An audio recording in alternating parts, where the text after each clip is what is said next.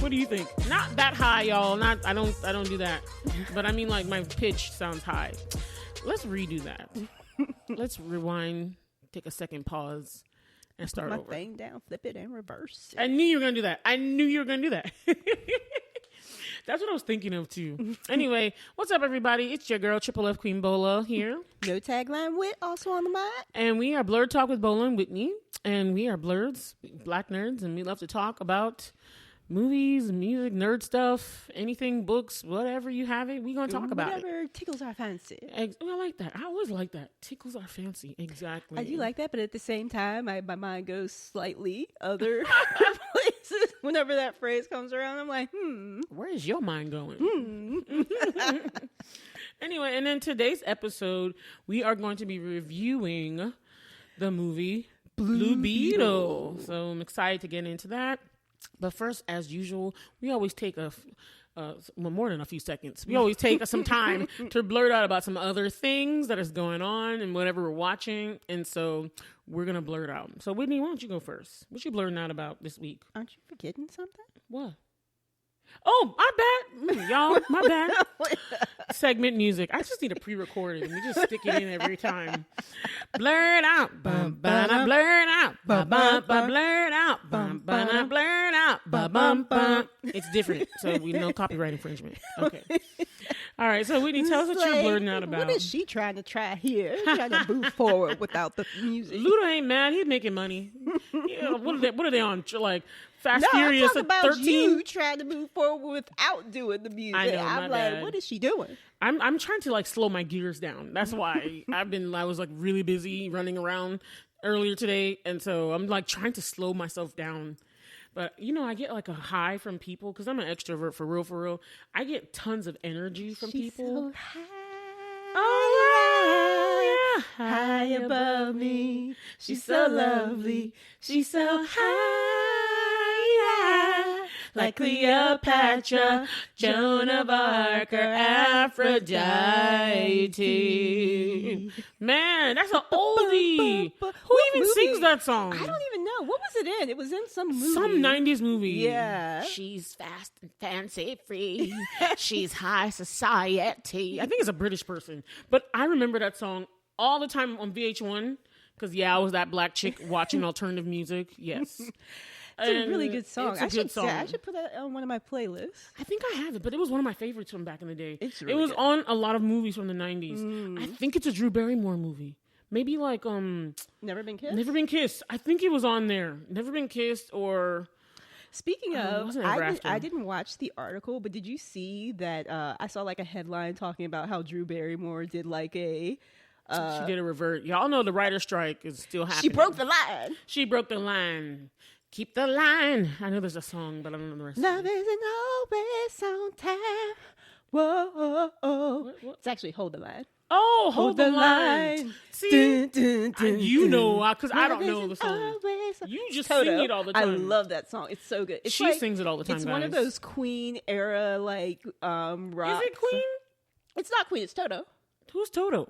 That's the name of the group. Oh, damn. See, I'm Yeah, out. they also. I think they sing like the Africa song as well. Oh, up goes the rain down in Africa. Yeah, I think that's also them. I don't know. I thought But that was they're- Duran Duran. No, I'm almost positive it's not Duran Duran. You know what? You know what? We're going down a big rabbit hole. We are, but Let's it's stop. a really good like that era of like rock is just so good. Yeah, let's stop and get back because we don't have that much time. They're like, I thought they were blurting out about something. Yeah, This is what we do, Where guys. did we even like branch off at? I have no idea. Well, you know, when we go back and listen, then I always figure out where the whole started, and it probably was me. I think It was this me time because it was I was singing the song and you mentioned Drew Barrymore. Oh, that's right, because we said Never Been Kissed, and then we went to Drew Barrymore, and then she broke the line, and it was like Hold the Line. And I was Okay. trying to, and I didn't know it was Hold the Line, but I'm like, Whitney sings this song all the time. This is a really good song. Right. So yeah, Drew Barrymore broke the line, but then she like rescinded that and She was like, reneged. I was gonna say that, but I was like, I didn't know if that was the right word for that. I mean, I know it's a car term, I but don't like know. spades, Yeah. Black people will mess you up if you renege in Don't spades. renege in spades, y'all. Don't do it. But she turned turn the line back around. And she was like, I'm back on the line, y'all. Turn the beat around. Whitney. Sorry. Okay. She is going to, I'm thinking pressure and then also solidarity. But to be honest with you, I do not blame Drew Barrymore because people need to get paid. There's a bunch of people that work for those shows that are non-writers and non-actors that are just out of work now. Yeah. Like I hate to say, as much as I believe in the striking and what they need to do, and they need to get better wages, things are so expensive, inflation's crazy. But at the same time, it's like the trickle effect, the domino effect, it affects so many other people.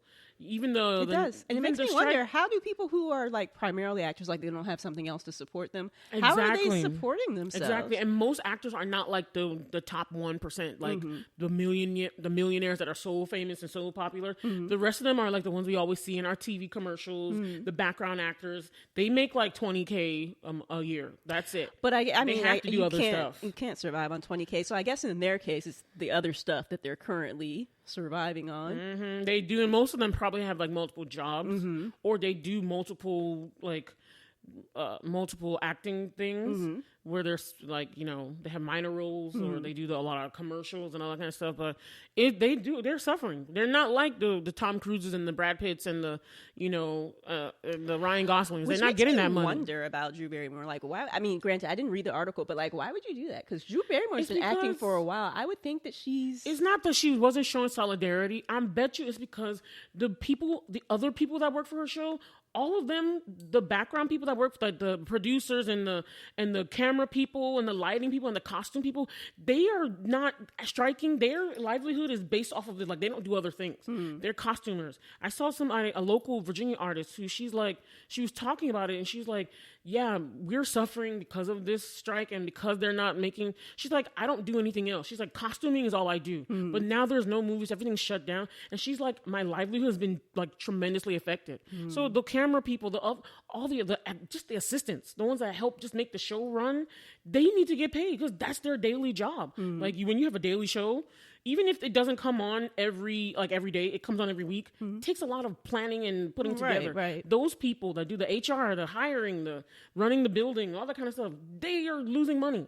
So she probably was thinking about her crew and her staff that don't have jobs. She's like, we need to get these people back to work and maybe try to put on the show without the writers and support them from the side. So I don't blame her, but she just she felt she did what she had to do. Both things she did, I wasn't mad with her because it's a hard place to be. Yeah. So yeah, I don't blame you. I don't blame you, Drew. I still love her. Like, I really do. I love Drew Barrymore.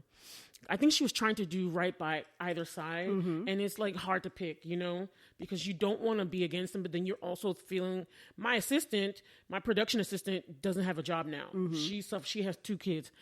Her income has been impacted for over 3 months.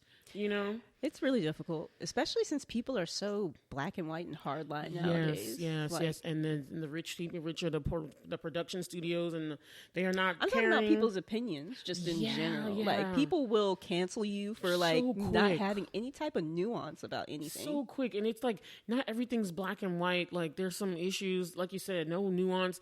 Like, you have compassion. There needs to be also the inflation rate of stuff. Like, stuff has gone up so much. Oh yeah. Just in the past year. And I'm like, this is ridiculous. I mean, I could go to the grocery store, spend $60 and only come out of there with 2 bags. I got like 3 things in it each. You know what I mean? So, and I'm like, how did $50 accrue from 5 items? So I don't blame folks. Stuff is crazy right now. So. Yeah. So what else about the Drew Barrymore thing? That was it. I was just bringing it up because I saw that headline and I read it and I was like, ugh. Yeah, I felt really bad for her, but I think people need to calm down with the throwing of the stones and like just automatically like lashing out at her, because no, I don't think she wasn't trying to go against the grain. She wasn't trying to not support the writers or the actors that are striking. I just think she was thinking about the 2 sides. She was like, yeah, I want to support them. But then I'm like, these other people don't have money now. What am I going to do? Maybe if our show can run, these people can get a break while we still support the right. It's a lose-lose situation right now unless they end the strike. Then everybody can get back to work, But it's a problem. I mean, I don't know which industry going to strike next. You know, it's the actors, the writers, and then I heard postal workers or something, or is it delivery drivers? Yeah, or something the like delivery people, the UPS workers want to strike, and then the auto people, the automobile industry are already on strike. They've been on strike for I think a week or two now. So, and their production is stopping other people. So other people are getting laid off now because they work in the factories that make the parts. And since they don't have jobs, since they stopped working, the workers that put the cars together, so they don't have parts to put the cars together. So there's not enough work. So then to stop the hemorrhaging of money, the companies are like, we're going to start laying people off because we don't have work for you. Right. And so it's like another domino effect. It's all because people are not trying to negotiate. It's all kind of greed. I was like, y'all need to there's plenty of money to go around.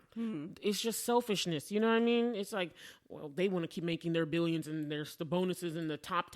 But I'm like, it's the bottom people are only going to take so much because you actually really need them. Otherwise you have no company, you know? So I really hope they can all come to and I hope no industry strikes because I don't know if America can take that anymore. I guess that also just kind of says a lot about America as well. Well, yeah. I don't know Plus, if we're one of the shows. only countries that has. No, we're not the only ones that have labor unions. Yeah, I guess. I think England does, but not a lot of other countries have those union type things. Yeah, but I don't know. I feel like maybe it says a lot about how shitty America can be towards Companies, workers. Yeah, it's not good because I was like, these people need to survive. And I don't blame them. Some of the writer strike, they're concerned about losing their autonomy and losing their work and stuff because of AI. That's one of their main issues is we're losing money and royalties on AI. Streaming issues are having, and I'm gonna talk about them streaming issues on my Blerd Out, but because I encountered a problem about something and I was like, this is ridiculous. This needs to be solved. This makes no sense. Well, why don't we just go ahead and go right into your Blerd Out then? Aren't you not done? Oh, I wasn't blurting out. I just mentioned something. Oh my God. I'm sorry. I tangented off. Okay. All right. No, you want me to go first? Yeah. Okay. So I was only blurting out about two things. The first thing actually ties in really well to Blue Beetle. But not because it's comic books, but just because of the cultural representation aspect of Blue Beetle. But I started watching a show that I've been wanting to watch forever because I don't have regular cable. And I didn't know how to watch this show. It was it was not on any apps that I could see. It was on for years, but I've always wanted to watch it. And it's a show called Bob Hearts Abishola. Oh, yes, I've seen the a few CBS episodes show. of that. Yeah. Oh my It's on gosh. Paramount Plus, isn't it? Yeah, now it's on Paramount Plus. But back when I couldn't, before Paramount Plus became a thing, I still couldn't watch the show. I couldn't find it. It was probably anywhere. on CBS All Access before that. Yeah, and I didn't have CBS All Access either. You say you couldn't find it on anything. I'm like, girl, I'm pretty sure. I couldn't. Yeah, I couldn't find it because I was not willing to buy those things. Okay, I was gotcha. I don't watch CBS. Gotcha. I don't watch anything. I just want to watch that show. Gotcha. So I was like, Paramount Plus wasn't a thing. CBS, I didn't have, and I wasn't gonna pay for that because I was like, I don't watch anything else on CBS. So I had a hard time finding the show. So I finally, even though they're on season 4, they just finished season 4 earlier this year. I finally was able to watch it. Now, the roundabout way in which I found out how to watch it was I got 2 free trials off of Amazon. Then I had to come back, get another free trial off of Paramount Plus because my mom wanted to watch season 4, even though I had already watched it. It was a mess, but I finally watched it, and I absolutely love and adore that show. It is one thing to just see, it's a great thing to see, it's a great thing when it's your own culture displayed where you've never seen that before. The only time I ever seen it displayed is besides African movies was this is a general thing that Americans are seeing or the world is seeing was a show called Meet the Adebanjos, and it was made in England. It was about Nigerians in England, but I never knew about it until I looked on Netflix. Okay. So it was never something I watched growing up, but I've never seen my culture. These are Yoruba people being displayed on, and it's every episode really addresses their culture. They go deep. They go into all the little things. And it's it's so refreshing to see my mom, to see her light up when they're speaking Yoruba on the show, stuff that she has to explain to me. We'd be talking Mom, what does this mean? What does this mean? she just lights up. And it was so nice to see that even now when there's nothing to watch, she'll be like, put on Bob Hearts Abishola, and then we just rewatch them and laugh. And it's such an amazing thing to see your culture represented. I know there's a bunch of cultures and everything, and so it's like, how much of everything? I'm like, I say the more the merrier. Yeah. It's something about when your culture is represented on TV and you can see yourself, you can laugh at yourself. You can say, ha, that's our church, or that's how we do things. Yeah. And everyone can see how a wedding ceremony is and how a funeral is done, what their opinions and what their society thinks. They can understand you a little bit more, and it's such a refreshing thing. So I absolutely adore the show. Plus, the show is hilarious. And it's a nice marrying of both American and African because Bob is white, so his culture is there. But Abishola is Nigerian, Yoruba, and they're very much their own cultures, but somehow they're coming together. And it's a very good show. Like, I literally, because we were having problems with Paramount Plus, so here was the problem with the streaming. So I had watched it season 1 through 3 through a free trial of Max on Amazon Prime. Once the trial was over, I just got rid of it, and I was like, I finished the show. And then I had watched season 4 previously, like earlier, just season 4 on another app, right? And so my mom started watching it when I started 1 through 3. So I did a little bit backwards. I watched season 4 first, then I went back for 1 through 3. And my mom wanted to watch season 4. And I was like, Mom, I already watched this. And she's like, but I want to see season 4 now. So I had to figure out something else. And I was like, I already done my 2 free trials. So I got Paramount Plus, the app, on our TV. And then we started watching season 4, and she was loving it, but we didn't finish because it's like 20 something episodes. And then when we went back the next day, the show just wasn't there. It was pulled off the app. It was really weird. And then I called them, and they still could not explain. They're like, we're doing maintenance. And I was like, how come it's the only show that doesn't have a show on? It was on yesterday. And they're like, it wasn't there. I was like, no, the show is finished. Me and the guy were having issues, and I was like, okay. So the problem is it's not on the app anymore. And then I'm like, how am I going to watch this? Like, there's no other way to get this. You can't do it through Amazon Prime because season 4 is on Paramount Plus. They're not going to let you. It was so much back and forth. And I was like, this is stupid. Why should I end up paying more money on top of this when it should be available here? But it's like, oh, the rights. And it kind of just makes TV watching just so cumbersome. I was like, I don't understand. The show finished early this year. Why wasn't season 4 with the rest of the season 1 through 3? And it's like, oh, season 1 through 3 is there, but 4 is somewhere else. And it was a mess. Wait, season 4 wasn't on, it was somewhere else? Like on another app. So you couldn't. Not on Paramount Plus? No, it was season 1 through 3 was on Max. Oh, okay. And then you could buy it or rent it. But I was like, why should I pay $2.99 per episode or $14.99 for one season? When I have these apps that I'm already paying money for, like, which app is it? And then they refuse to tell me why it's off of Paramount Plus. And I'm like, so where is it available? So we need to watch the rest of season 4. It was just a lot of back and forth. And I'm like, this makes TV watching, like, so cumbersome. And so I could understand why the actors that are striking and stuff are talking about the streaming rights when there's things that they get paid for when certain movies, especially past movies, are watched and stuff. And they're not getting that because the streaming people are, like, in this battle with each other about who's going to have this, who's going to that. We're not going to show that anymore. And there's sometimes you want to watch these old movies, but it's not available anywhere. There's no Blockbuster to get them. So you're like, how can we get access to this? And that's one of the things that we're complaining about, that people don't have access to these things that they were in, that they can get money from when they're shown. And so I totally get them, because I was like, this streaming stuff is getting out of hand, because then you got to buy another service for this, another service for this, another service for this. And I'm like, I can't keep paying all these streaming services. I want to watch I keep the ones that I really want to use. And then, like, it was crazy to me that one show, the seasons weren't together. I was like, it finished like early this year. So I was like, why can't, it was a problem with me, and it was annoying. It made like I just ended up buying it on Amazon because my mom really wanted to watch it. So I just ended up buying it. It's weird to me that it wouldn't be on Paramount Plus. It was, but they took it off, and they did not explain why. So it's like, it doesn't even show the episodes. It's just blank. And I swear to you, the day before, it was on. And we went back to watch it on Monday night, and it was gone. And there was no answers. Oh, they were doing maintenance. We checked Tuesday. Still gone. And I was like, the next day, still gone. So most of my free trial, the show that I'm trying to watch, was not on. And it was a mess. I was like, this is stupid. What did you end up watching it on? I ended up having to go back on Amazon and just buy season 4. so we could watch it. So now we have season 4 all the time, but I don't have access to 1 on 3 because you have to get Max to have that. That's why I was like, doesn't make sense. Like, make it make sense. All of the shows should be on one app. Why is it on 2 different apps? You can get it on Max or Max the app or Max through Amazon. It was a lot. So it's licensing, I'm sure. Yeah, that's the problem. And I'm like, it's making TV watching ridiculous. And I've heard that there's been a lot of problems with current shows and that issue happening.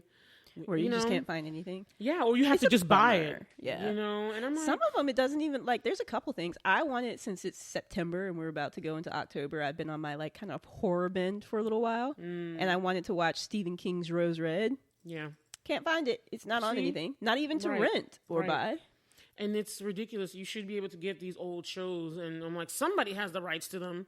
Why aren't they available somewhere to stream, you know? And it's a bummer to me for stuff like... a lot of money. Yeah, because like the Warner Brothers thing where they like cancel, like for example, Batwoman. It's not, I wasn't really didn't really have a particular interest in watching it, but the fact that was done filming, but for like a tax credit, they like scrapped that entire project, so like no one seemingly is gonna ever see it. I'm like, that just seems from an artistic standpoint such a waste, right? Even if it was trash, yeah. Because some people, you know, there's some cult classics where it's like, you know, it's trash, but you kind of love it because of how trashy it is. Yeah. And I just think it's so... It's so wrong. It's just like you can't get access to the... like there's some movies that are, like you played in the past that you just love. Like I remember we watched While You Were Sleeping on Disney because I discovered that Disney has a lot of these old movies I used to watch. I loved While You Were Sleeping as a kid, and I watched it again with my family because I was thankful that it was on Disney. And I was like, man, they don't make movies like this. The wholesomeness, the goodness, the no phones, you just see how things used to be. I rewatched. Yeah, it was awesome. What was it? You've Got Mail. I watched it a couple weeks ago. That's another one I want to watch again. I love it. I can't remember what I watched it on. It's on something. It might have been Max. It might have been But Disney. it's just so... It's one of those movies where... I mean, I know that they also did like Sleepless in Seattle. I can't remember that one as much, but I just love You Got Mail. You've Got Mail. It's just so good. There's some oldies that are just goodies still. And I watched it and I was like, oh my God. And I just started making playlists, like adding it to my stuff of all these old movies that I used to watch. Because I was like, I missed those times, you know, like even now, me and some people at church, we were just talking about how the kids are so overexposed. They were talking about vaping and how people were vaping. These are middle school kids. And I was like, what the world? Vaping in middle school? And I was like, you know what? Everything's overexposed. So back to the real thing. It's just like the artistry of those films. It's still a work of art. It's still something you want to enjoy. Right. And I'm like, they make it, these gatekeepers, they make it difficult just to access the content. I want the content. Nobody's not trying to get it. But I'm like, I already pay for all these apps. And I was like, why do I have to pay for 5 apps just to watch one show?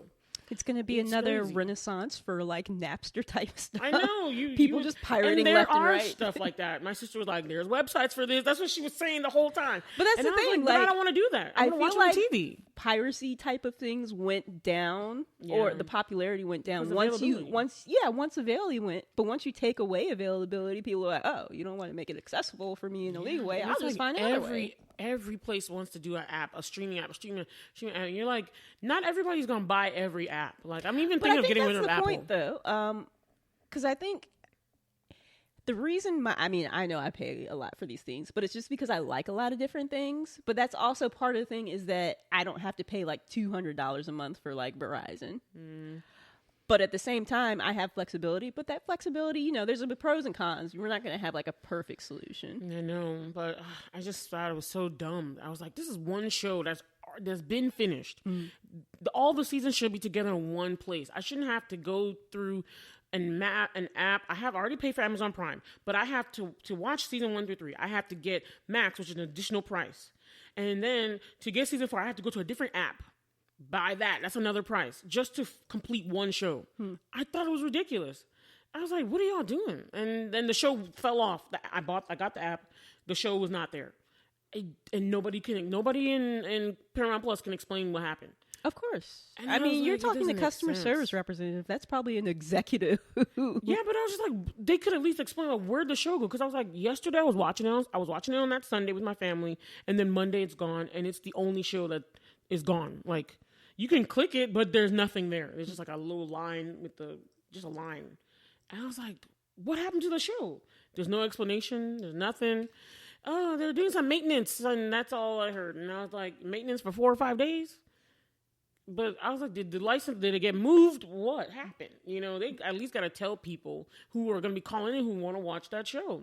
Anyway, but my main point of my blurt out, because I understand them with the streaming issues. That's all I'm the word I'm looking for is sympathetic to the actors when they're talking about the access and accessibility for content that they were in, that they don't get, because before you used to just be able to rent stuff and and then you can access the content. But now that everything is licensed, everything is streamed. Well, it's always been licensed, but we don't know which gatekeeper has which content, and it makes it harder for people to access because there are people who don't want to get like 10 apps just to watch.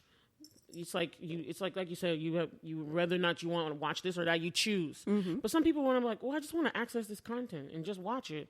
But why should I have to have like 50 apps just to watch stuff all the time? In the interest, just to play devil's advocate, I think part of the things they want to do is make you buy it sometimes. That's why they're like... And it's always money to draw. Like, it's always money. And you're like, if it was available somewhere that you could just stream it where you already pay, that's what bothers me, I think. It's because I'm like, I'm already paying a fee for this service, but now you're saying I have to pay another fee for this. But I'm like, then why am I paying the fee for this service? Why can't everything be on there and it's part of the fee? They don't know everything that everybody watches. Yeah. It's not like they know that you wanted that. I hate the double fee thing. Like, it bothers me so bad. I mean, I hate it too, but at the same time, I understand that they don't know that this is the only reason why I subscribe to this thing. But nah, I got you. My other blurt out was about the RVA book Lit Fest. Yeah. I will say this real quick, just about it, that I just enjoyed. Shout out to RVA book, the book bar, and Crystal. She really did a wonderful job. It was her inaugural event, and I know events like that are hard to put on. You got to get all these authors, call them, they are coming, and like I think logistics it was really and everything. nice. Yeah, it's really you got to get vendors. She really, like, for her first time, I think she did a good job. Yeah, I agree. There's, of course, ways to improve and things, you want to add more to it. I don't know. She said it was a lot for her, so I don't know if it'll come back next year, but I just had to point out that, one, I got a free, I know you left earlier than I did, but I got a card that I can share with you where one of the authors gave us a free book. It's the fantasy authors. Oh. She gave us like a free book. So I'm going to share the paper with you. I don't have it with me, but I talked to her afterwards and she gave me a free, and I talked to her and I asked my question. Yeah. But one of the other authors from the fiction section, I had asked a question, and I was talking about how I asked a business question about how do we get agents. And I had mentioned that I was like a no name and all that kind of stuff. And I wasn't really trying to be like down on myself, but I was just trying to be like, hey, no one knows of me. I haven't published anything. And she was like, no, you're not a no name. It was just nice to see them encourage you. They're like, no. And then I went outside and she grabbed me again and she's like, hey, I want to read your book. And it was nice to hear that encouragement from other authors. I remember I was so happy to have her, and I just started blurbing. Like, I had like verbal diarrhea. I don't know why I was talking so much, but I was just like, oh my gosh, she wants to talk to me. I just admired published authors because I was like, they went through the work and they got something done and it's out there. So I don't know, I went a little crazy. But I bought her book immediately, Sadiqa Johnson. I can't wait to read House of Eve. It's also on Reese Witherspoon's book club. It's actually, I think, on Oprah's book club too. But I will double check that.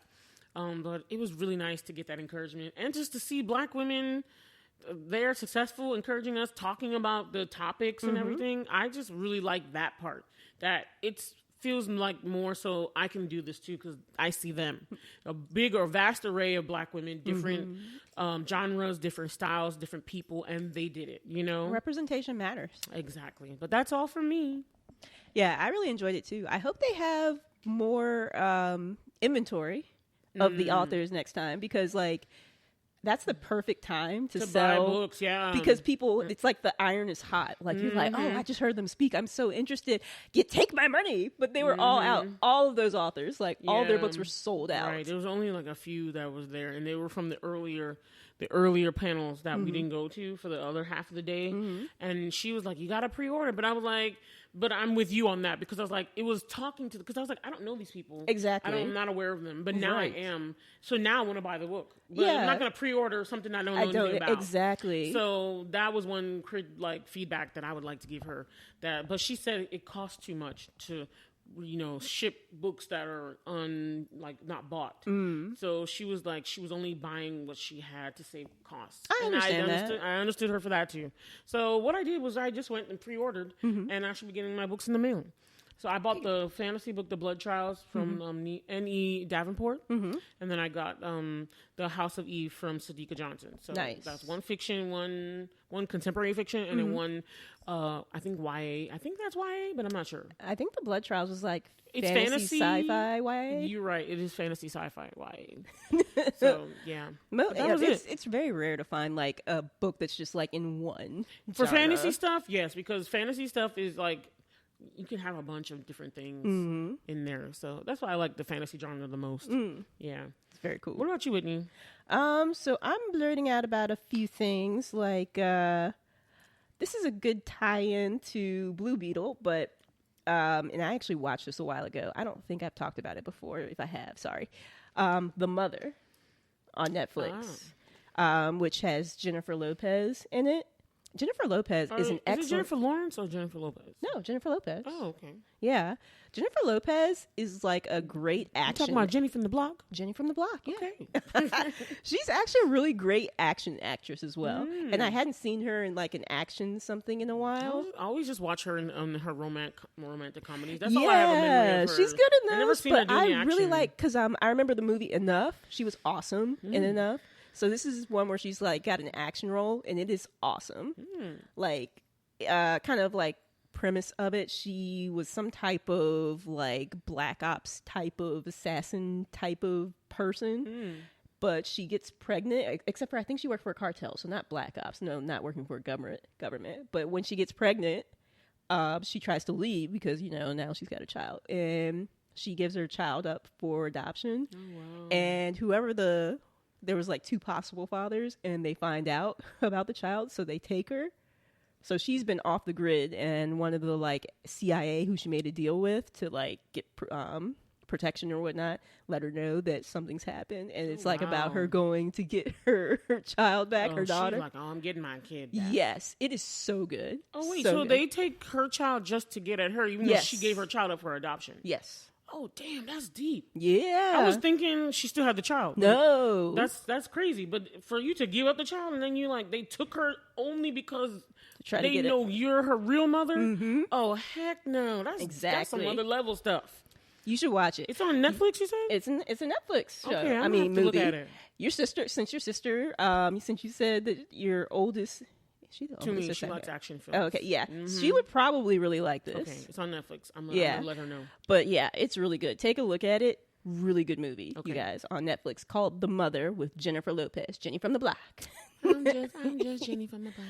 I also watched, as part of my horror bit, Max has just gotten like a bunch of like AMC Plus shows on there. I just noticed. So when I was in Max, they had Killing Eve is on there, which I've watched. What is AMC Plus? Well, I guess AMC shows, not necessarily just AMC Plus. So Max, wait. So you have to have is it like Amazon where you can pay for an extra channel? Yeah. So AMC, I think, has their own app.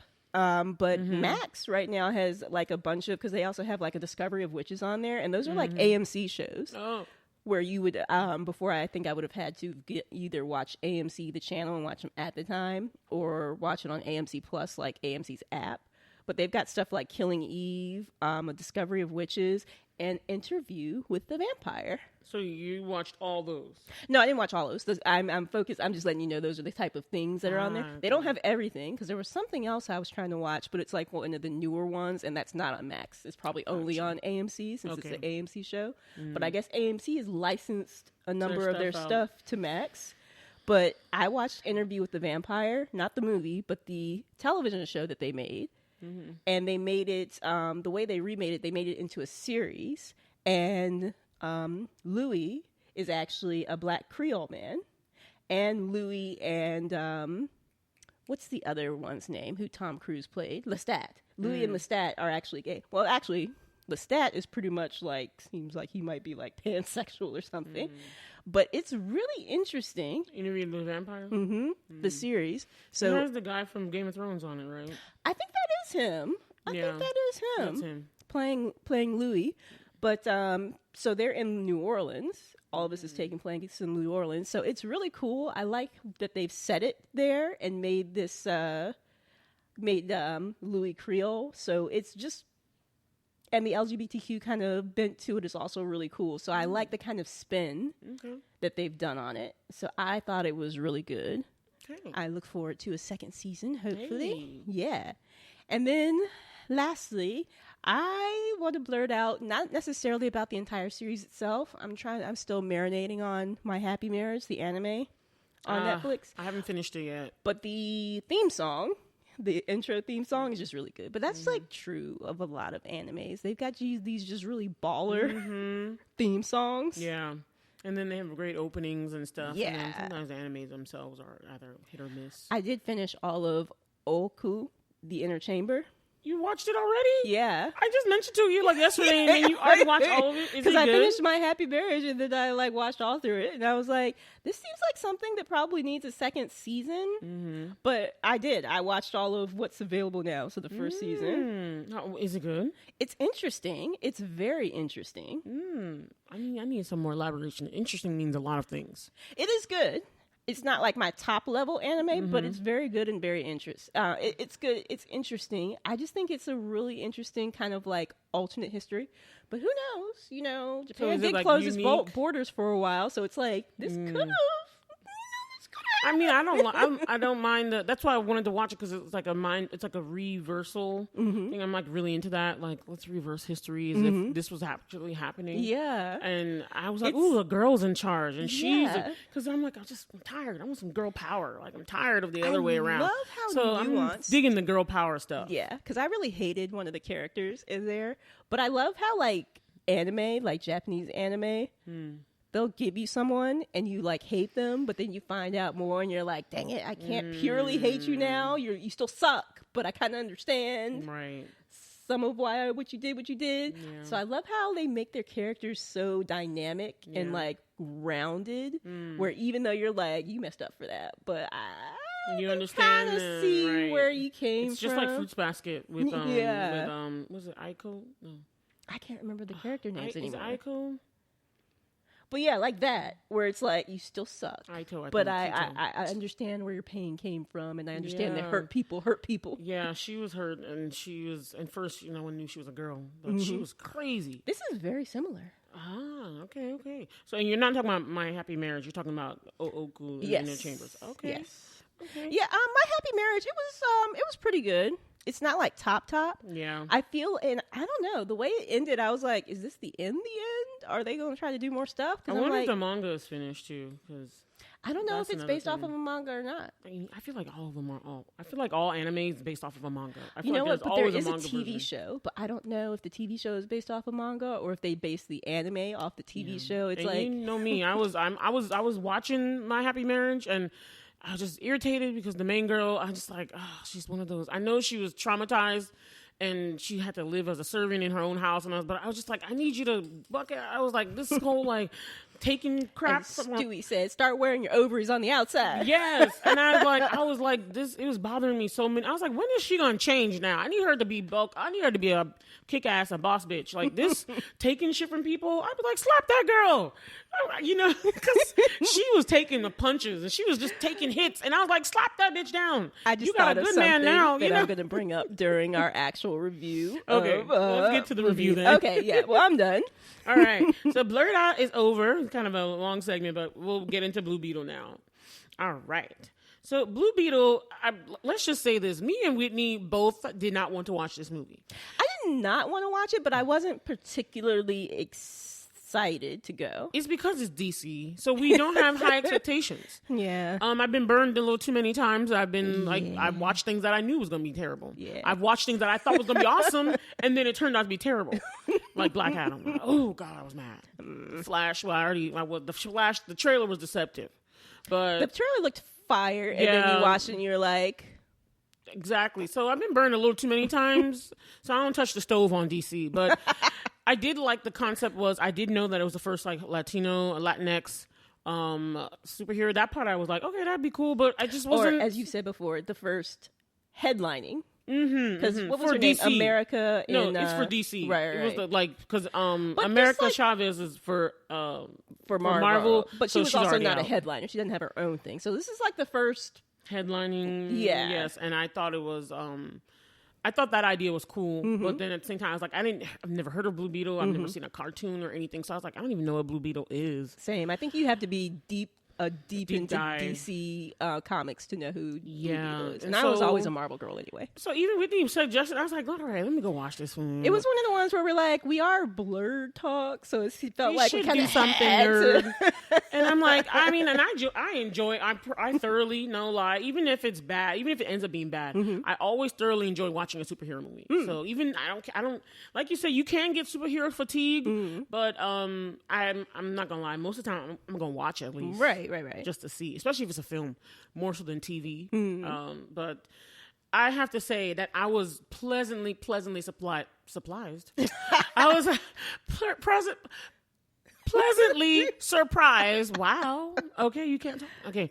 I actually thoroughly enjoyed this film. I really did. It was it just came at you, and with all the emotion, the heart. Everything was there. It was like a quintessential origin story movie. That's what it was, and it did a great job to me. I think very pleased really with good it. job too. That's was my also first impression. Pleasantly surprised because I went in with enjoyable. no expectations. Right. I don't know if it would one. I think the main reason that I went in with no expectations is like you. I didn't know anything about Blue Beetle. Right. So, I mean, I didn't take my DC bias with me, but I was like, I have no idea who Blue Beetle is. I take it everywhere, and I watched the film first, and then I'm like, DC done did another flop again. But, I mean, the funny thing is, all the stuff that they say are flops, I enjoy. Like, I enjoyed Wonder Woman 2. I thought it was awesome. And I definitely enjoyed Shazam 2. Yeah. I think Shazam 2 might even be better than Shazam 1. I agree. I think I liked it better than the first one. I'm still mad that it's considered a flop, because I'm like, Black Adam actually did very well box office-wise, and that film, the storyline was trash. Oh, my God. So, yeah. And The Flash, and I love The Flash, and The Flash was not that great either. So... Yeah, and even some reviews that I have watched after watching it yesterday, some reviews where people were like, they enjoyed the film. They were surprised. They didn't know. And I was like, yeah, it just kudos to Angel Manuel Soto, who is the director, because he's like a Puerto Rican director. It's like, to me, it's almost like Ant-Man levels. He's like that type of hero. Like, you don't really know him that well. And he's like it was kind of fun, but he had more emotional stakes than like the first Ant-Man movie did. Yes, I agree. And I think that's where they win big, because I remember that was one of the critiques somebody said, where they're like, they love the story, the family, and the emotional pull. And they were very satisfied with that, even though they were like, oh, they didn't think much of the superhero stuff, which I thought was done very well. But I thought for the fight scenes were fire. Exactly. But for him, he was like, I've seen it before. Everyone's seen everything before. Nothing. But I'm like, still, it's different. Everything has been seen before. It's how you remix it. Thank you. That's why I was like, what are you talking about? That's the whole point. Yeah, we have tons of superheroes, but this is a different one. Like, so I enjoyed it. I didn't agree with him on that point, but he said the movie was good because of those other pulls. And I think that was their strong suit, was they wanted to showcase that I felt like the main character who plays Blue Beetle is Jaime Reyes, and the point was to show he gets his power from this thing, but he's chosen by this scarab. Thank you. And he's chosen because of the qualities within him, and I think that his strength is the love for his family, his love for others. He had that goodness within him. Like, even when he was working in the house and he saw how the Susan Sarandon's character, who was the villain, was like pressing up on the girl, and he was like, hey, he didn't have to. He wasn't supposed to. He could have been fired, which eventually happened. He was supposed to just like just turn a blind eye, like I didn't see that, but he couldn't. He was like, hey, what are you doing to this girl? So he had those qualities within him, stuff that he learned from his family, that they don't give up, they fight, they do what's right, they don't kill. Like he said, we're not killers. Like even though the scarab was trying to get him to kill when he faced a threat, he was like, no, I'm not a killer. I don't do that. to the point where I love how in the end he was going ham on the bad guy, and he was about to kill him because he thought that guy killed Rudy, but. The scarab Kajida, is it Kajida? I think it's Kajida. She was like, "We're not killers," and then he stopped, and I was like, "That's a whole turnaround right there." I like that. Good. I like the character development on Kajida, even though you don't really see her, so she's not quite as complete as a character. Right. But I do like that character arc where she's the one who tells him, like, "No, we are now one. They fuse together. I have learned from you, and this is what we don't do." Exactly. And so let's get into the characters. So it's about his family. There's a mom, dad, an uncle, a grandma, and a younger sister. And then there's Jaime, who's just coming back from school and he wants to do well, but he's coming back to a whole host of issues. And apparently from Gotham University. Oh, did you see his sweatshirt? Like when he went out to talk to his Easter dad, egg. He had a Gotham University sweatshirt on. And I'm like, Gotham's been known in a lot of other DC properties to be like, don't go to Gotham. Their crime rate is so high. I'm like, how good of a university is Gotham, though?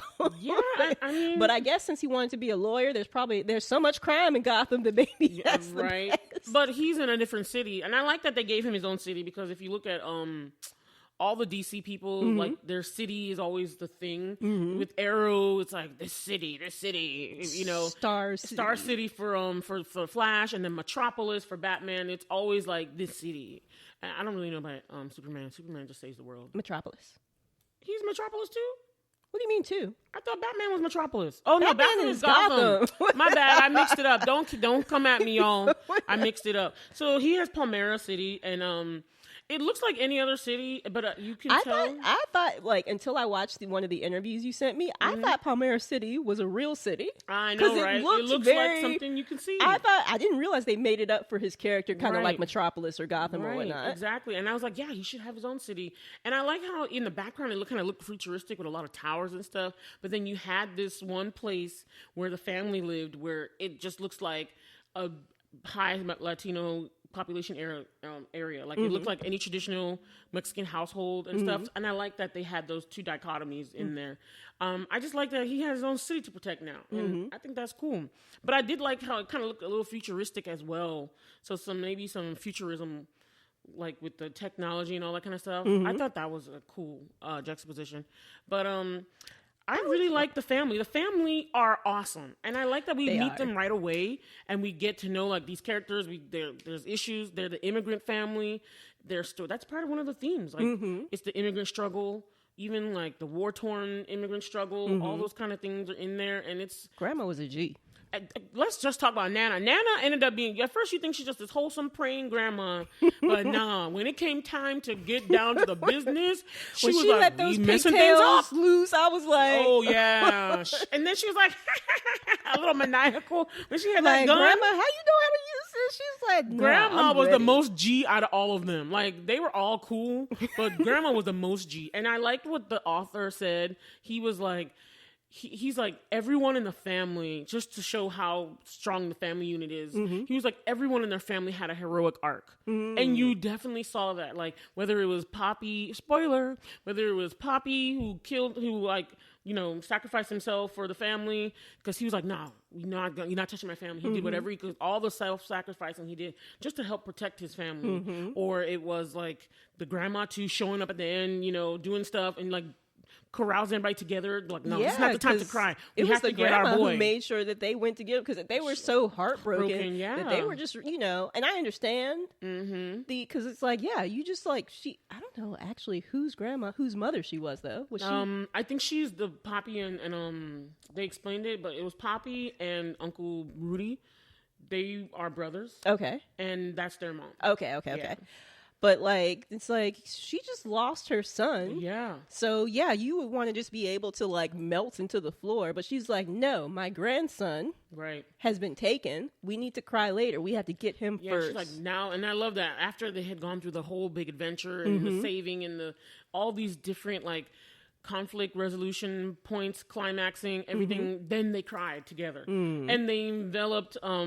Jenny's character, played by the beautiful Brazilian actress, Bruna. They put her... I thought she was another person. I swear there was a person that looked just like her, but she was white. And she was one of the ladies off of Bridget Jones' Diary. If you put their faces together, you'd be like, this is the same person. I swear to you. So I thought it was her, but it's not. Because I was like, that woman's white and this one's Brazilian. But she did a great job as Jenny Cord, and she's kind of like the catalyst for Jaime's whole thing. Yeah, the inciting incident. Yeah, and the vehicle for which the movie picks up. You know, it was like destiny and fate were like, and purpose. I love that those themes in this film, that they talked about purpose, and something that I, as a person of faith, I always think about purpose and stuff. And I like that they thought about that, because even Jaime was like, as he was coming out of school and things weren't working out, and he was trying to save the family because they were in such a disarray. Dire financial straits. Yeah, they were about to lose the house. Everything was happening. Dad had a heart attack, and nobody told him. And I understand the family trying to spare him, but it's just like, it makes you, the person, feel more guilty, and then you want to succeed. And he wasn't finding a job, and he ended up being a pool guy or whatever, just a house worker. And he was like, I feel like I'm letting everybody down. And his dad was just there to show him, like, yeah, you're going to find your purpose. And the dad had a heroic arc of his purpose when the fusion part was happening, where they were downloading the code from the Scarab, and you thinking that Jaime's going to die. Because, I mean, he was dying. Yeah, you're right, Whitney. He was dying. He was kind of having almost like a Black Panther type of moment in the afterlife. Exactly. Yeah. And I really, really thought it was very moving to have the father come back in that. It's very much that heroic arc that they were talking about. He came back and like helped him get to that point where he's like, I'm ready to fuse completely with you. I'm ready, and I need to, and like, this is my purpose. I'm going to be Blue Beetle. You know, and I love that. The sister, she manned up to, she like, I got my weapon. I'm coming to fight. Everybody was doing what they need to do. Speaking of the sister, that's one of the things that I wanted to Did you know she was in Hocus Pocus? She was one of the little girls in Hocus Pocus. Now that you mentioned it, I She's do so recognize familiar, you right? mean too. Hocus Pocus 2, yes, sorry. I have to say 2. The crappy dumpster one. fire that was Hocus crappy Pocus one. 2. But now that you mention it, I do recognize her from Hocus Pocus 2. And our main guy who plays Blue Beetle, Jaime, his name is Xolo Marduena, I think. Marduena. I'm sorry if I messed it up, but he's on Cobra Kai. And I was like, oh, that's where he's the main kind of one of the main dudes who ends up getting He even has a podcast too. Oh. He has a podcast called Los Lobos. Him and one of the guys on Cobra Kai, they do the podcast together. Interesting. I know, it was so funny to find out that that's what he has too. So, and then he had Bruna, Jenny Cord, on one of his episodes recently. And I was listening to their little banter. I was like, oh, this is cool. I didn't know he had a podcast just like we did. You know, on the side, acting. You're acting, but you're doing this on the side too. That's anyway, cool. I thought that was cool. But it's just because we've seen these people all the time. Right. Like people look familiar. So I was like, I know I've seen you somewhere. I know I've seen you somewhere. And then George Lopez. He was amazing. I loved him he was funny. He brought the funny, about the humor. He was like, I'm going to be a quintessential tío, which is uncle in Spanish, and he really brought that energy. He did. And he helped to bridge some what would have otherwise been some major like plot holes. Like, how do you know how to fly this random like beetle thing? Like, he just I don't remember stuff. you being like a pilot, but he was apparently like a kind of like a mechanical engineer. So I'm like, okay, he had the brains for it. Yeah, because otherwise I'm like, how y'all up in this thing? Exactly. None of y'all know how to fly. Exactly. And I was like, and the funny thing is, even the mom was like ponying him up, and I love that everybody had a point in they like all infused their love and infused their like encouragement into him for him to succeed. And he was like, he took all that, and it was interesting that the bad guy kept saying it in the show. He kept saying it, your love for your family makes you weak. But it was once he remembered his love for his mom before she was dying, before he became this thing, and all these sequence of events, terrible things happened to him to make him become where he was, and it made him have strength to do the right thing at the end. And I was like, no, he turned around, and Jaime said, no,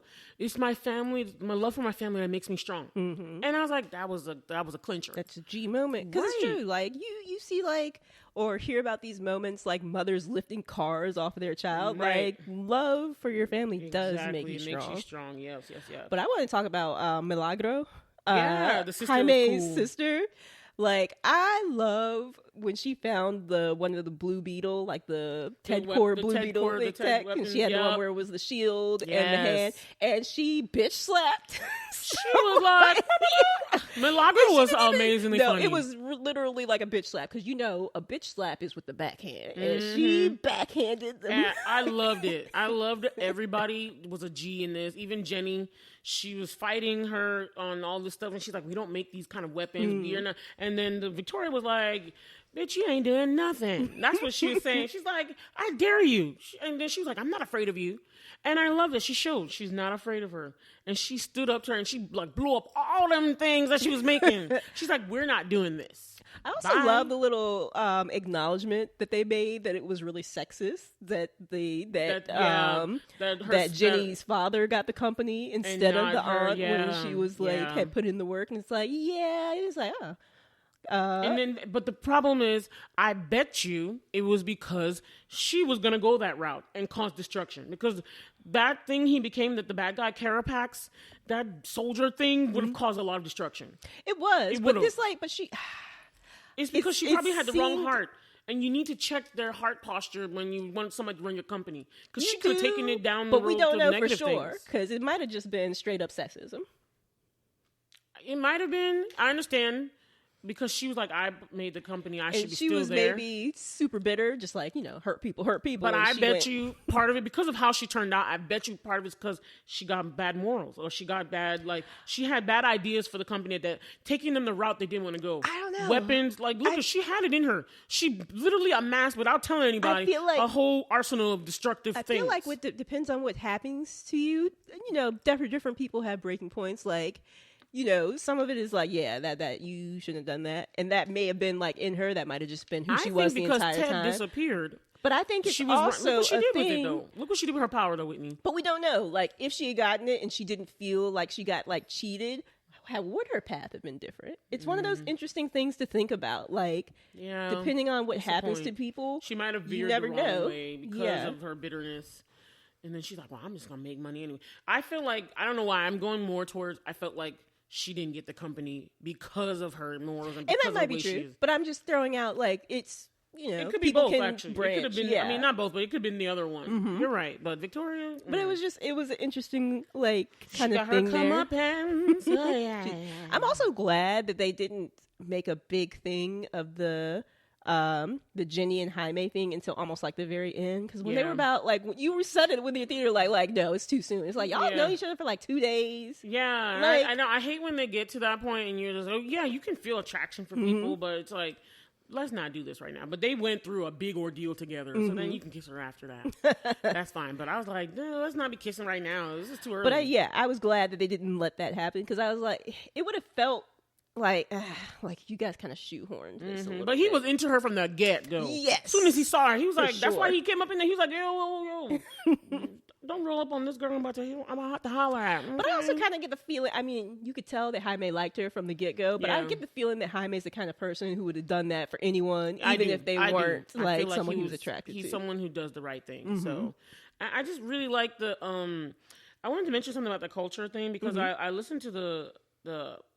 a clip that we're going to put in the show notes from the director, who was he really wanted to do, he's from Puerto Rico, and if you really think about it, Puerto Rico is really a colony of the United States, and it's still weird to think there's still colonialism, because they don't have a lot of power. They don't have you're right, but they consider it a colony because they don't have any voting power in the actual U.S. They have a representative, but that person doesn't get to vote in Congress for anything. Yeah, they have a representative, but they don't get to vote. So it's crazy. So for them, they actually do want to become their own country. Puerto Ricans, they want their own country. But I wonder if they have enough money and all that kind of stuff to sustain themselves. So he was talking about how he brings films, and they shot a lot of the film in Puerto Rico because he wanted to bring money back into the economy. And when hurricane season come around, they're always washed. They're always washed out. Yeah. So it's a lot of stuff. And he was talking about how he's used to trying to find optimism and finding his own lane. And he was talking about how he wanted something like this that was traditionally like Latinx, Spanish fan. Like he's like, he told the directors, he's like, I will do whatever you want me to do on the superhero side, but he's like, when it comes to the family, I don't want y'all telling me how Latin to make it. That's why I like the choice that the language, part of the movie is in Spanish. And I like that with the subtitles because it's authentic. Authentic representation is really, really good. And he was mentioning how he's like, hey, I'm Hispanic, but I enjoy Shang-Chi. I enjoy Black Panther. We enjoy all of the other worlds, Kamala Khan, all that. We enjoy all of those things. They're not our culture. But he said this one quote, and I really, really liked it. And he said that in showing he said, in the specificity of culture, we can find the universality of us as in human beings. And I was like, oh, I love that quote. It's so true. It's like, yeah, that's not your culture, but you can dive in and understand them. It's like a different way of doing things, and you can still enjoy it. You might not know something about them, then it can make you learn, And so I like that they kept it authentic. You know, but I also, it made me think about, because he was talking about not everyone is going to get certain jokes or things like that. He was talking about that claymation character and the security guards. Yeah, we're watching it, and only the one in the back who's Hispanic is the one who's laughing because he knows what it is, and it's not everybody's going to get that, but I wanted that in there because that's part of our culture, and I thought that was funny and interesting because you can. Someone outside of your culture can appreciate something like that, and it might make them want to learn. Because it made me think of a comedian, Birdas. Yeah. One of his Netflix specials, for some of it, he's talking in Hindi for parts of it, and I have no idea what he's talking about, and they don't translate it for you. Oh wow! But it's he's yeah, this is just for my people. They're gonna understand. They're gonna get it. But I'm not going to not watch it. I enjoyed it. It makes me, I'm curious about what it is. I'm too old to learn Hindi right now, but you're not, I think execs now understand that people aren't going to be put off for something like that. It's going to be enriched. Oh yeah, especially with Americans who definitely, at least I think, can actually benefit from watching other cultures, because so many cultures watch American stuff, but Americans don't do the opposite. And that's why everyone thinks Americans are ignorant and just full of themselves and all that kind of stuff. When no, some of them, and this generation, especially coming up, a lot of them now are exposed to other different cultures and stuff. And I think it makes great. But again, he wanted a full Latinx representation because, I would say the only thing I could say that was really there early in the beginning was George Lopez's show. That was the only thing that we saw of them. And then maybe the Brothers Garcia. Early days when it comes to Spanish family representation. And then as time went on, Ugly Betty came around, and then Jane the Virgin, and then people started watching some telenovelas, and so, but it's the groundwork had to be put in somewhere. So I think it's a great time now for them to showcase it. Okay, so we had Black Panther, we had all the other ones. Tenoch Huerta was more indigenous. Which is another culture that's not explored. And so I think... And that made it even better. That's one of the reasons why I liked Wakanda Forever so much, was because of that part. I'm glad they didn't just make it just plain Atlanteans. I like that they made it the Kalukan. I love that. I that's a better thing, because I've never seen Mayan stuff. So cool. Exactly. And so I think everybody did a good job in this film. I felt I didn't have anything that I was oh, I wish this was better. I looked at it and I was I don't see anything that I was oh, I wish this was better. Yeah, I can't pinpoint anything. It's not top for me, but it's I a was great talking opener, to you about it yesterday. Showing you the character. Yeah, I can't think of any initial superhero outing where it's top. You know what I heard? Somebody said that this movie reminded them of phase 1 Marvel movies, which were always the introductory ones. Yeah. They're not everyone's favorite anymore, but they were the ones that got you in. The groundwork. So me, I'm ready for a Blue Beetle 2. I'm ready to dive into more of his story. And in fact, I learned that Jaime Reyes is just the third iteration of Blue Beetle character. Ted was the first one, and there was another one before him. Yeah, because I got that. I mean, I couldn't quite get the names other than Ted Cord, but they said it during the movie too. I didn't know who Dan the original Garrett. one. Oh, okay. I didn't know who that was. Yeah, because they were. Jenny was talking about how Ted Cord was a fan or had developed a relationship with Dan Garrett, and then he couldn't I like that they just went straight to him. I like that. I was like, well, this is cooler to me. I also want to talk about, first, I want to talk about how cool the Blue Beetle, yes, costume the suits and let's cool. talk about the suits and the fight scenes. And I love that. I love a costume where you can make and imagine the weapon and it just materializes and you can use it. Cool. I think that is so wicked cool. I also thought it was so cool in one of the YouTube clips you sent me where the host who was talking to the cast was talking about how the sword, the really cool one that's in the trailer, looks like the Buster sword from Final Fantasy VII. Yeah. I'm like, dude, it does look like the Final Fantasy VII Buster sword. Yeah. And then she was like, yeah, the director's like a big fan of like anime and stuff like that. He's like a nerd too. He likes anime. He likes video games. He likes nerd stuff, cult comics, everything. So yeah, but it was just so cool because that's like what in the trailer. That's like one of the coolest parts when he when it comes out and he does that move when he's like swivel move. Yeah, and it was like so sick. Sweet. It's so sick. And I think it's a good job that they decided to go for a practical suit as opposed to like the full graphic CGI. suits We we've know been seeing. We know the mistake of CGI from Green Lantern the movie. Ryan Reynolds even like in Deadpool's like, please. Don't put me in a CGI suit in like the Deadpool movies. He makes fun of it, but yeah, it looks so awesome. It was. I think it was a good choice. I think it's really number one for me as far as DC.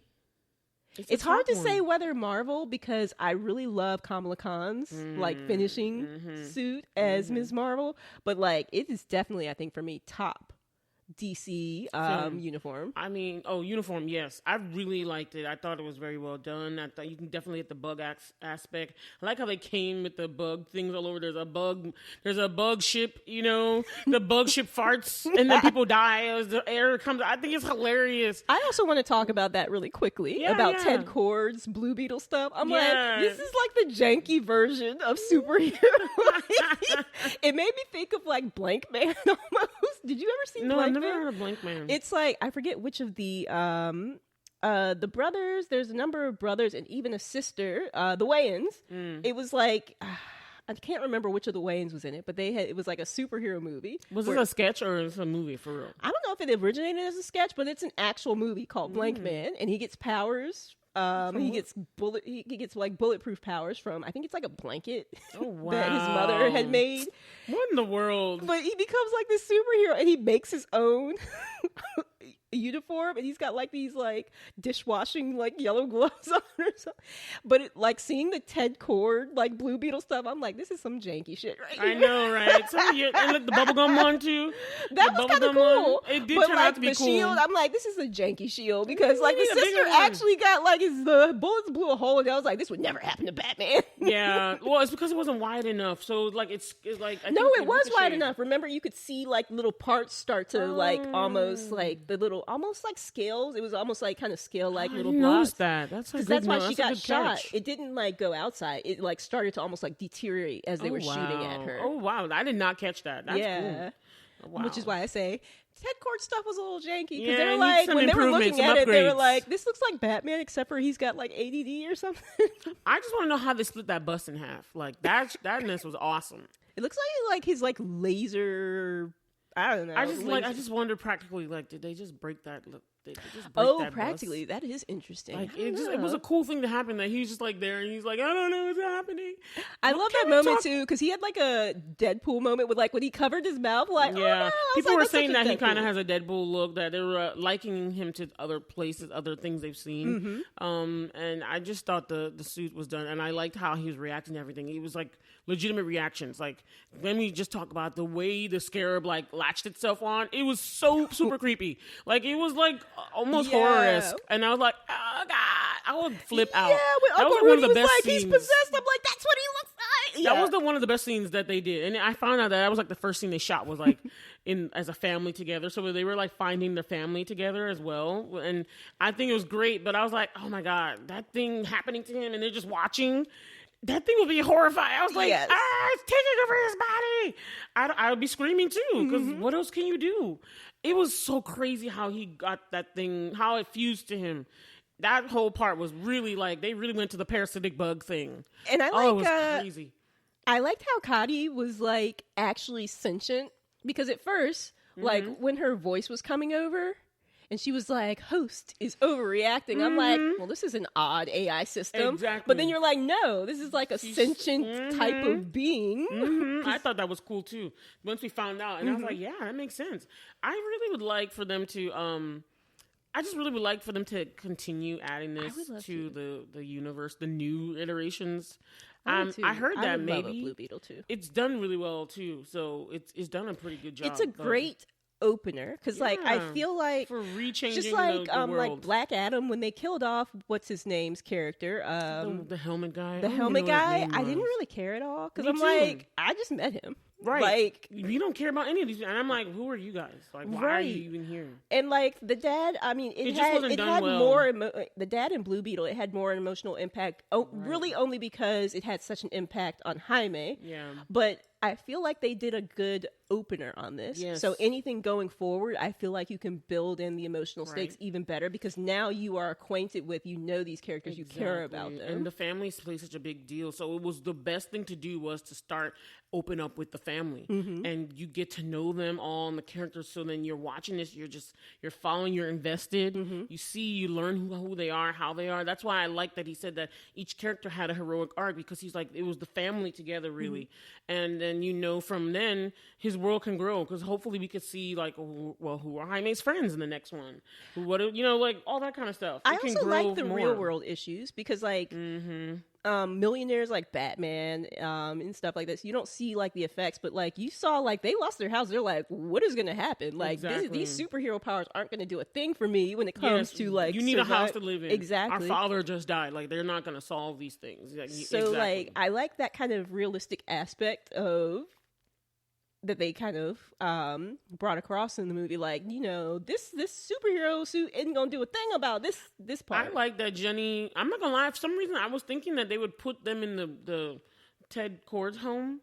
I don't know why. Something in my mind because I was like, oh, they kept saying that he was gonna have a house on the water, and then I was like, here's like a mansion that nobody's using. He's Blue Beetle now. Maybe they would say that. But I like that Jenny came in and she's like, no, our company's gonna take responsibility and come and, clean this out for you guys and stuff. Because I was not going to lie. When those people showed up, I was like, ooh, family's going to get taken. One of the things that made me mad. I'm like, how do you have, like, your own private army? Like, that's what I'm saying. You're not the government. That's you're why not Victoria the police. was bad. How can you just roll up in here with, like, and just start shooting stuff up? Why are there no cops and SWAT team? Like, who is this just shooting stuff up? My thing is sacrifices, yes, can be made for the greater good, but what kind of sacrifice are you talking about? That's why I felt like those past scenes where we saw how messed up Victoria was, that's why I was like, I bet you she had bad ideals and bad morals from the beginning, and that's why she didn't get the company. Because you saw them in the earlier picture where she was in the Guatemala and all the conflict, and she was doing bad stuff in the beginning, and she didn't even care about Carapax, even though she kept telling him she had really bad white savior complex, and she was very manipulative, and she was telling this guy all this stuff, like, I'm gonna fix you and all this other stuff, and I'm like, no, he didn't need to be fixed. He probably needed some therapy and, to chill out for a while. You didn't put all this junk in him. She basically brainwashed him. Like, he didn't even remember his mother. She just used him as I mean, he had the locket, but it didn't seem like he had any memory. Exactly. He was alone. It was just mom and him. So he was like, and he's been alone and then forced to be a child soldier. Exactly. Like, that is just So awful. What she did to Carapax, and then again, she was mentioning that he was useless, that she doesn't, if something happens to him, we just get another one. And I'm like, that's messed up. People are not expendable. Like, you can just use them anyhow. And that's why I think she didn't get the company. Because I think the other one was like, nah, Victoria, cuckoo for Cocoa Puffs. Okay, she will do anything to try and get this or that and that thing to work. And I bet that's why whoever hid the scarab the first time, I bet you that's why he hid it. Because he didn't want her to get it because he knew inside she was going to do something bad with it. But that's just my theory. I don't know, but that's my theory. But I like that you mentioned that, and I like that Jenny Cord, after dealing with the family, because she came in and was like, no, we're going to redo your house for you. And I like that the family wasn't going anywhere. Their house was just going to be redone for them. I thought that was awesome. I was like, way to take responsibility. I was glad that they finally threw us a bone on the Ted Kord thing, because I'm like, what happened to him? Exactly, because I was like, where her daddy at? How he disappeared and never came back? I can't wait to see. Like, I really wanted to do a Blue Beetle too, so we could just see that. And so I feel like that's going to be like the kind of the movie that'll be like the high, like getting into the higher ratings, because now we're established with these characters. We've got the emotional connections, and we can go like that a little bit further. And now we get to see, because there's another enemy that's in these books, that's in these comics, that he fights more so. So I wonder what that's going to be. And like, you know, so I have high hopes for them to do better and well with this. I think this was a great opener, and I really hope Mr. Gunn keeps it in his new iteration of DC. We don't know all the facts. We don't know everything, but for the future of Blue Beetle, I really hope they continue with it, because it reminded me of Marvel. I'm not gonna lie, and Marvel has very good establishing movies. That's one of the things they do really well. There's a new character, a new thing. If they don't have a show, you see them and they establish them really well, and that's what makes you care about the characters. Yeah, because DC has had the history of like just rushing like the team up, like you didn't and build even the this foundation. Flash would have been better previously, before he was in the Justice League. I really think they should have done the Flash first, and they could have rethought some of this stuff, because it was just like after the fact, Barry, and I was just like, it wasn't hitting. You know what I mean? Even as an origin movie, I was like, it's not really hitting. And I was like, what's going on? It had the elements, but it was too much. And the CGI was too much. And I was like, something's not right here. So I think they need to learn from that in Black Adam. And Black Adam, like, even though that was supposed to be his origin movie, I really didn't give a damn about him because of how they set his stuff up.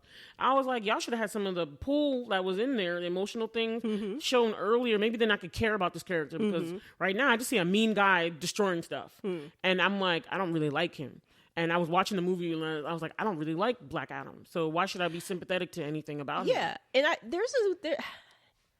feel like I didn't even need to like him, but you didn't really... There was no justification. Yeah, what he was there's doing. characters in shows where you don't like them, but you're like just drawn into the story. Like, you understand why. I never finished The Chilling Adventures of Sabrina, but I remember watching like the first 2 seasons, and I'm like, I just hate her so much. Why is she always doing this stuff? But like, I am drawn in. Like the supporting characters or whatever, I don't know what it was. I was drawn in by other aspects, but I'm like, she gets on my last daggone nerve. But at the same time, it's like, she's a teenager. They're really stupid about stuff. But it's like, I don't know why. I just feel like I wasn't a stupid teenager. Can I just say this? I feel like I didn't have any stupid teenager moments. I was a good girl the whole time. I'm just saying. Maybe they were in college. I became stupid college girl moments. But I was just like, you know, those kind of things. I just wasn't that person. So yeah, I didn't really do stuff like that. But like, I mean, but there's some that? Stuff where I was like, no, that wasn't great. I don't know if it's because I'm Nigerian. My family, my mom was like, no, we don't be doing that. Yeah, Maybe I that's mean, why. I didn't make those type of decisions, but you Me see, too. I don't know. Maybe it's yeah. I don't know. Maybe it's being black. It could be, because I look at some of these shows, like and these the kids, TV the way shows, they talk to their parents, I was like, I would never get away with some of this stuff. I would not be on this earth any longer. I try that mess now as an adult, and my mom be getting at me sometimes. She'd be like, watch it. I'm like, oh, damn. I'm 30-something, and she'd be checking me. So I'm like, oh, I got to watch it.